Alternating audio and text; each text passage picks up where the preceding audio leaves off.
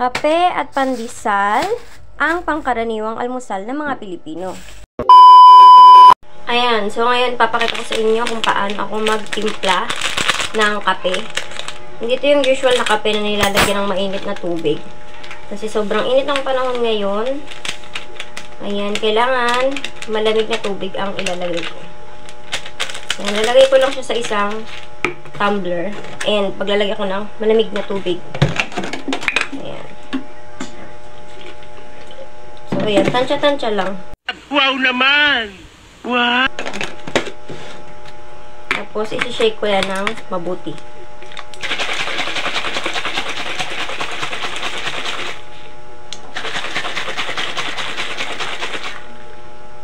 So, ayan. Natunaw na. Dapat, powder. So, dapat, ang ilalagay ko dito ay yung powder na gatas. Pero dahil walang powder na gatas, yung gatas na lang ng mga anak ko na nasa rep yung ilalagay ko.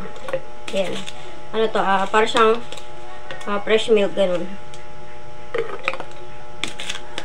Lagyan ko siya ng gatas. Nag-yellow pa. So, ayan, ganyan. Tapos, shake-shake lang ulit. Hindi naman tayo sa pag-shake.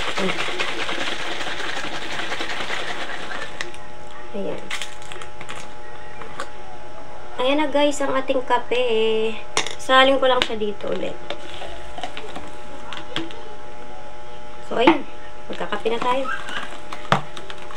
Salin ko siya dito sa may baso na malinaw para makita nyo talaga yung itsura ng ginawa nating kape. O, ayan, di ba? Ano sa inyo? Natamimi kayo. Ayan yung kape natin guys. Ganyan ako magkape. Tapos ayan, buksan na natin ang pandesal. Ayaw nila ng pandesal. Ayan ang pandesal natin. Dahil daling kainin ng pandesal. Hirap na hirap kakainin, be. Almusal natin ay kape at pandesal.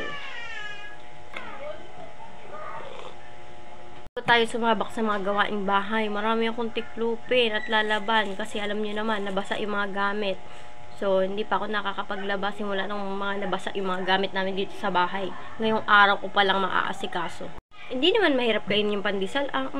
Tingnan nyo naman. O, siksik na siksik yung laman ng pandesal. May mga malunggay-malunggay pa yan. Nangatwiran ka pa. Ate nyo, hirap na hirap kumain ng pandesal.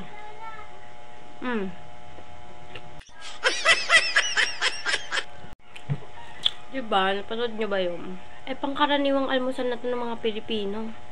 Sanay na sanay ng mga Pilipino na ang kakainin sa umaga tinapay at kape. O kaya naman, mga nilagang saging at kape. Basta, mga pinapari sa kape. Diba ganun naman ang almusal? Nung bata pa lang talaga kami, ang paborito na naming almusal magkakapatid ay pandesal at kape. Ganun.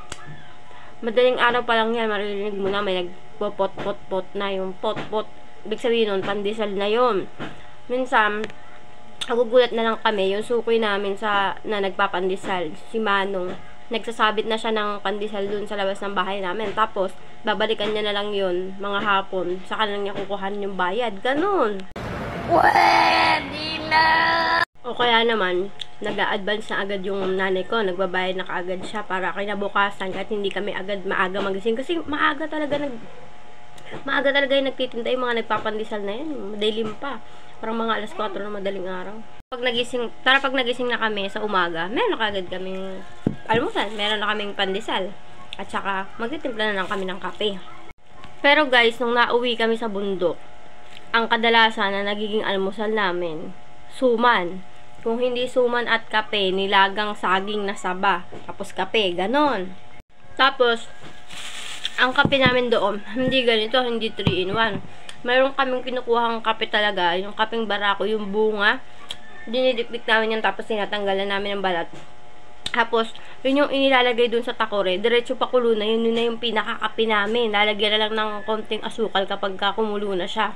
Tapos, hindi yun inaalis sa takore, ha? Pwede mo pa ulit yung lagyan ng tubig, tapos pakuluan, para makapagkape pa ulit yung iba. Nag-gets nyo? Yung unang pakulo dun sa takore, magagamit pa yun at magagamit hanggang sa mawala na talaga yung pagkalasa ng kape niya. Makakapag-almusal lang kami doon ng mga itlog at saka hotdog pag medyo nakakaluwag-luwag sa buhay. Ganon. Pag nakabenta ng madami yung lola ko ng suman, masarap-sarap ang almusal namin. Kung hindi itlog, bologna, tosino, ham, saka yung mga iba-iba pang na, tawag doon, frozen foods. So, ayun lang guys for today's video. Kape at pandesal.